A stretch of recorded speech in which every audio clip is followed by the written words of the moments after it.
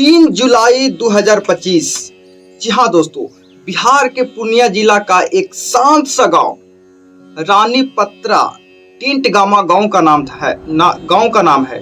लेकिन उस रात जो हुआ उसने पूरे प्रदेश को झकझोर के रख दिया। 8 साल के सुमित बीमार पड़ता है। उसके पिता रामदेव गांव के झोले छाप ओझा नुकुल उराव के पास इलाज के लिए ले जाते हैं।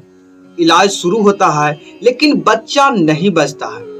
परिवार टूटा, मगर गांव के लोगों के लिए ये जो बात था वो आम बात हो चुकी थी। सुमित अकेला नहीं था, इससे पहले भी कई बच्चे बीमार हुए और रहस्यमय का हालत में मर गए। फिर बीमार हुआ रामदेव का भांजा। 6 जुलाई की शाम की बात है। रामदेव फिर नुकुल के पास पहुंचता है, लेकिन इस बार नुकुल ने हाथ जोड़ लिए। मैं इसका इलाज नहीं कर सकता, अब मेरे बस का नहीं है। सीता देवी से इलाज कराओ, वही डाइन है। 4 बच्चे उसी से मरे हैं, यानी आरोप लगा दिए सीता देवी पर। बस यहीं से कहानी ने मोड़ लिया दोस्तों, और गांव में फैल गई आग। नुकुल के बोल गांव में आग की तरह फैल गई।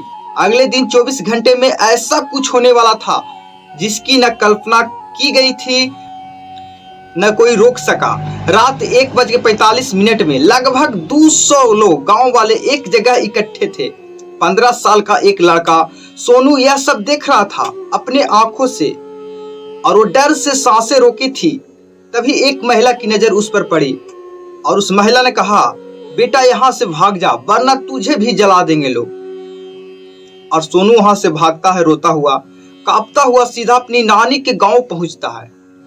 सुबह 7 जुलाई सुबह 5 बजे सोनू थाने पहुंचा, और जो कह रहा था वो पुलिस वाले लोग थे जो वो नहीं समझ रहे थे सोनू की बात को। वो बोल रहा था, साहब जल्दी गांव चलिए, सबको मार देंगे। पुलिस सतर्क हुई। फिर अफसरों ने पूरी चेक की।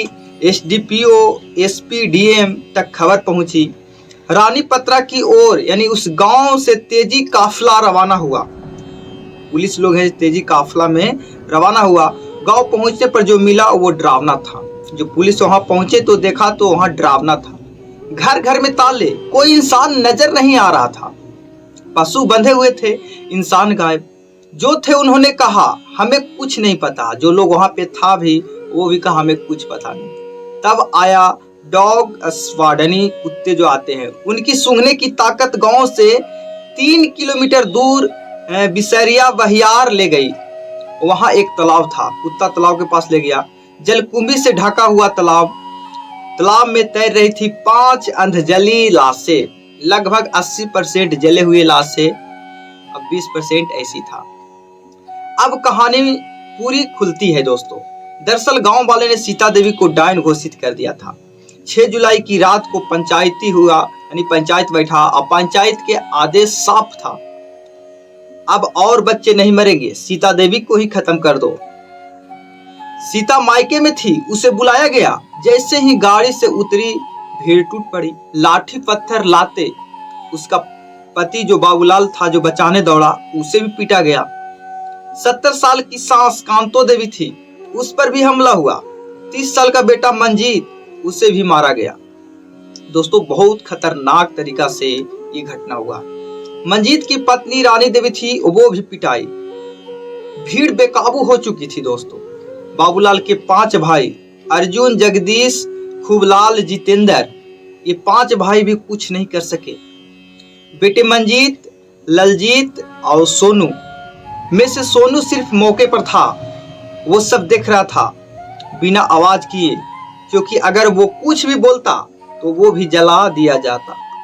जुल्म की इंतहा, झलसी हुई लाशें। भीड़ ने पूरे परिवार को खंबे से बांध दिया। उन पर डीजल पेट्रोल डाला। कुछ जिंदे थे, कुछ अधमरे। फिर आग लगा दी गई। आग सिर्फ शरीर नहीं जल रही थी, इंसानियत को जला रही थी। जब तसल्ली हो गई कि सब जल चुके हैं तो ट्रैक्टर बुलाया गया। 400 रुपये में सौदा हुआ। लाशें को तालाब में फेंक दी गई। अब बारिश सोनू की थी जो भागा था। अगर वो ना होता तो शायद ये पूरी घटना सिर्फ एक रहस्यमय बनकर रह जाती दोस्तों। सोनू की गवाही पर पुलिस हरकत में आई। 23 नामजद और 150 प्लस अज्ञात लोगों पर केस दर्ज हुआ। लेकिन जैसे ही एफआईआर हुई, गांव खाली होने लगा। अब डर था। पुलिस का कानून जो होता है दोस्तों, जानवे करते हैं कितना कठोर होता है। अब सब लोग डर चुके थे पुलिस के कानून से। कठोर कानून के बावजूद भी दोस्तों, अब बात करते हैं कि 1999 बना था कानून डाइन प्रथा के खिलाफ, फिर भी 2025 में ऐसा नरसंहार हो गया। कानून के रहते भर में 74,000 से अधिक महिलाएं बिहार में डाइन घोषित हो चुकी है। 74,000, उसमें से एक सीता देवी भी उनमें थी, जिसे सिस्टम नहीं बचा सका। अब सवाल खड़े हैं कि जब ये सब हो रहा था तो क्या 300 की आबादी वाले गांव में कोई एक ऐसा इंसान नहीं था जो 112 पर भी कॉल नहीं कर सकता था? क्या पंचायत के नाम पर आज भी इंसाफ को जला दिया जा रहा है? क्या सोनू जैसे बच्चे का भविष्य अब भी डर की धुंध में गुम रहेगा? ये खबर कोई सनसनी नहीं, ये एक आईना है। ऐसा आईना जिसमें हम सबको अपना चेहरा देखना चाहिए। तकनीक के युग में दोस्तों, अफवाह पर भरोसे करके जान ले रहे हैं। अगर इस कहानी ने आपको झकझोरा है तो एक काम कीजिएगा दोस्तों, जहां कहीं भी अंधविश्वास दिखे उसका विरोध कीजिए। जहां कोई सीता देवी अगली हो उसे बचाइए, क्योंकि इंसाफ सिर्फ कोर्ट में नहीं, हमारी जमीर में भी होता है। मैं अखिलेश कुमार था। अगली बार फिर मिलूंगा एक और सच्ची कहानी के साथ। तब तक याद रखिए, इंसानियत जिंदा रहे, और इसके लिए सिर्फ कानून नहीं, हिम्मत भी चाहिए। दोस्तों आज तक वीडियो इतने। जय मसीह, जय भारत।